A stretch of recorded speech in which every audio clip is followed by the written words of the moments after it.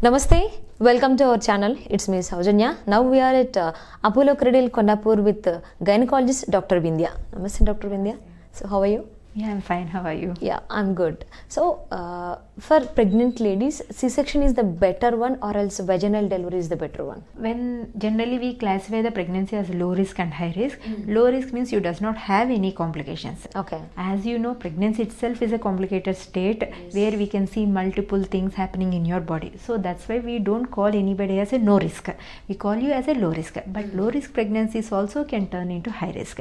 Depending upon your low risk, if you does not have any other like thyroid, BP, sugars, and your baby is growing very normally and you does not have any liker amount less also, definitely trying a natural birth will be always a better.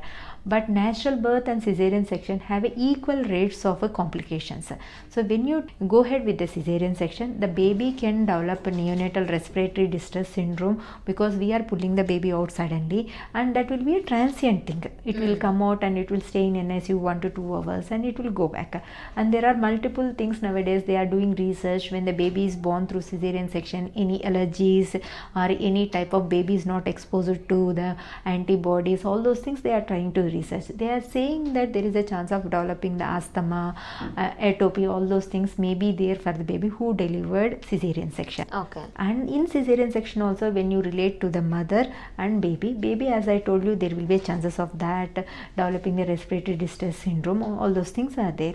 And when it comes to the mother, there may be bleeding heavily because we are giving a cut, and sometimes there may be a bleeding of the blood vessels, and sometimes because of anesthesia there may be complications like a sudden gasping may be there. Okay. And we have seen a patients who are low risk also, there may be a developing complications like they have to be shifted to ICU because of the heart problem after the anesthesia, all those things are there. Okay. So any procedure, either normal delivery, cesarean section, does not differ each other in the complications rates.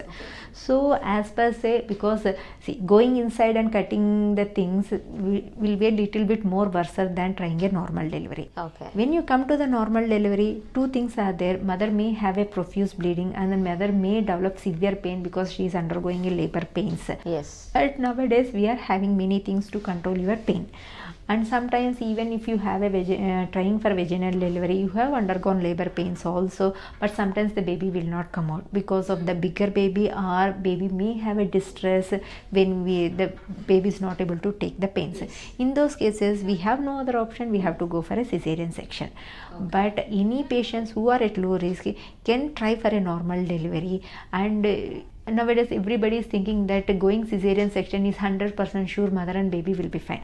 That's what I'm telling you. Even in normal delivery and cesarean section, the baby dying after the delivery in the cesarean section and in the normal delivery is around 0.2 to 0.1%. So you can't predict anything because the baby is in the womb. Once the baby comes out, we don't know. Baby has to take her own respiration, baby has to act on its own.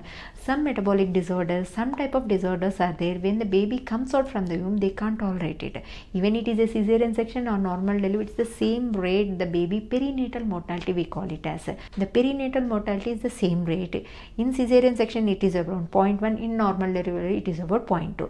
So there is no much statistical difference is there. Both have the complications while delivery. Yes, both will have.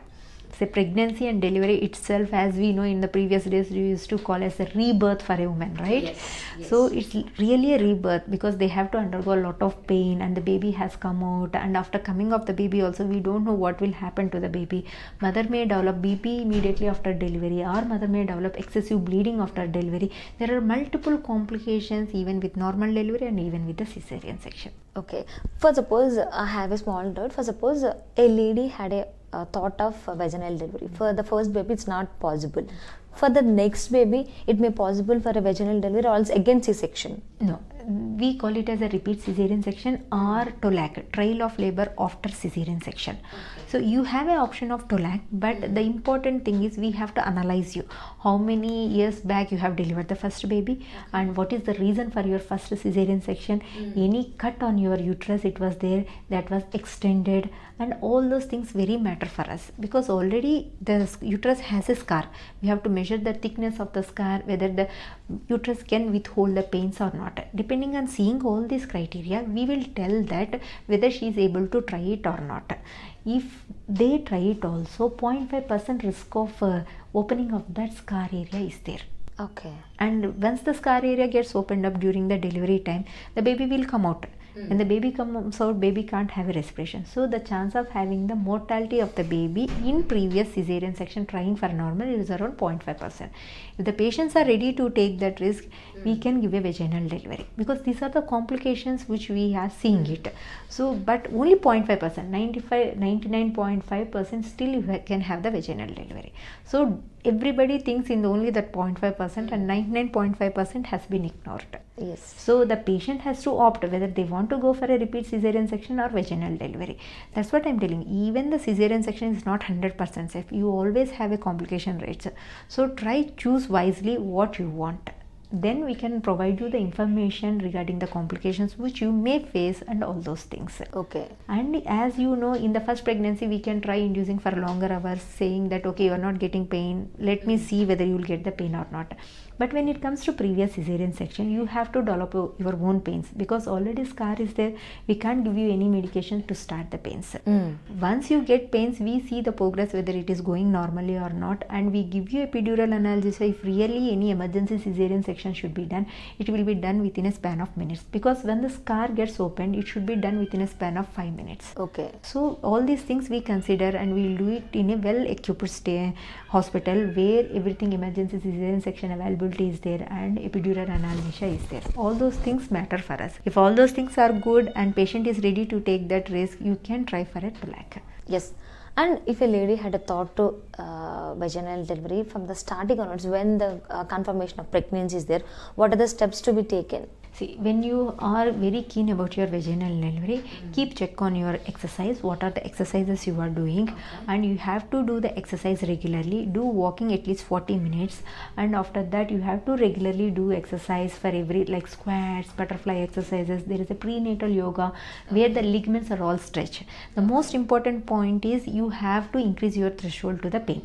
There are multiple things where we can help you with the epidural analgesia, all those things, but in all those things at least the dilatation should be there. So before that dilatation, we can't give you the epidural analgesia. We can give if the pain is very severe, but the chance of you going to the labor will take a longer time. So we will wait for little amount of time, and then we will plan for it.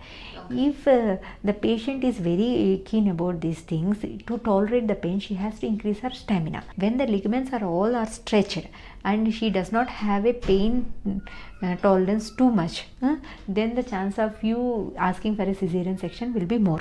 So you try doing exercise, increase your stamina for the pain, do squats, prenatal yogas, eat healthy diet, and don't eat junk food and all those things. Eat protein rich diet and drink more amount of water, and exercise will help you to try for vaginal delivery. Okay. So in which month she starts the exercises? See, if you already exercising before your pregnancy, all those exercises you can continue in the pregnancy, except for the abdominal exercises where it causes you pressure on your tummy. Rest of all the exercises you can continue, but you have to start newly in your pregnancy. Start with a walking for at least 2 to 3 months. After that, slowly starts the squats, slowly starts the butterfly exercises, and starts into your total yogas. Okay. Only the abdominal yoga should not be done, but rest of all the exercises you can do. But you start in a slower phase. You can't start suddenly, because in pregnancy the ligaments are relaxed. Body can't tolerate a sudden pressure. So slowly start with a 20 minutes walking, increase to 40 minutes, then slowly introduce your squats, next butterfly exercises, then start doing the yogas. Yeah, doctor, if she's carrying, is it necessary, or else is it a good thing to having a sex with husband? See, the sex is an personal opinion, but as per medical grounds, there is no restriction for having the sexual intercourse during the pregnancy. Only some areas where the patient has a bleeding problem and the placenta, which we call as a previa, in those cases we generally don't advise to have an intercourse. But if you have a very low risk pregnancy, you does not have any other complication, you can enjoy your sexual life throughout your pregnancy. There is no restriction. Thank you so much for spending your valuable time with us, Dr. Vindhya. Thank you.